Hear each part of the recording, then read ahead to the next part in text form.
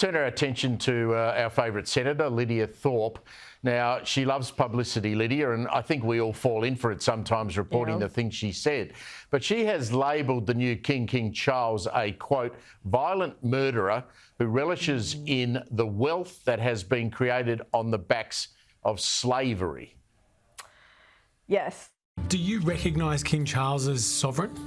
Not at all. I recognise him as an invader, a violent invader. Yes, he wasn't personally responsible, but he certainly relishes in the wealth that has been created on the backs of slavery, on the backs of massacres and murders and stolen children.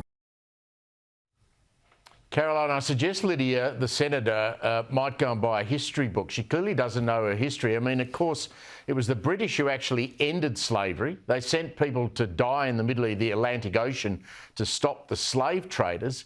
I mean, why do you think she keeps doing this? Is it just to keep herself in the spotlight?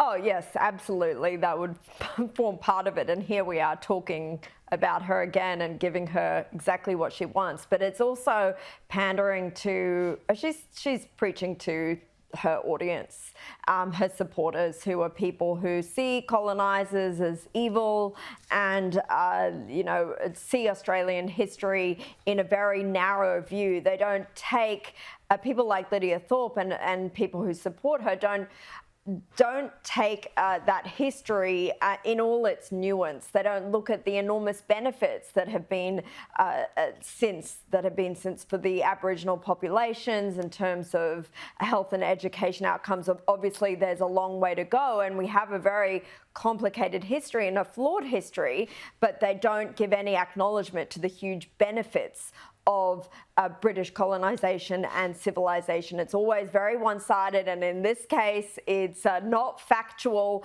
but it definitely plays into everything she's about. And once again, you know, she's a victim in every situation, and here King Charles is this horrific mass murderer, even though obviously he wasn't alive at the time, so go figure.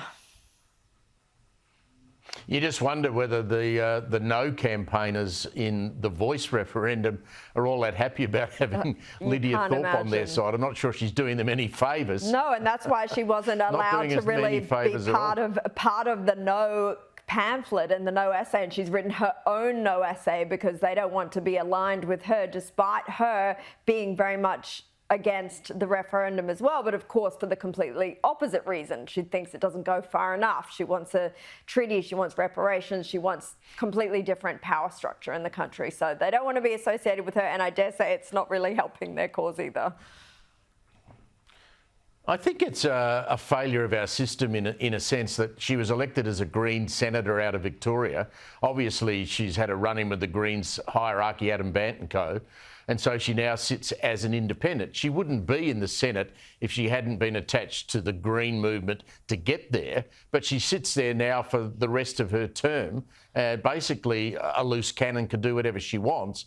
I'm not sure our system needs to not have a look at that. If you get elected as a senator, as a member of a party, I just wonder whether if you then choose to leave that party, we should perhaps let that party then choose another senator to replace you. Look, it's a great question, and no doubt a lot of Greens supporters who aren't on the same page as Lydia would be wanting that to happen, because she doesn't represent what the party she was elected under are about in many respects, including this issue. But it happens in so many different parties, doesn't it? But she said she will retire at the end of her term, so not too many more years of this to go.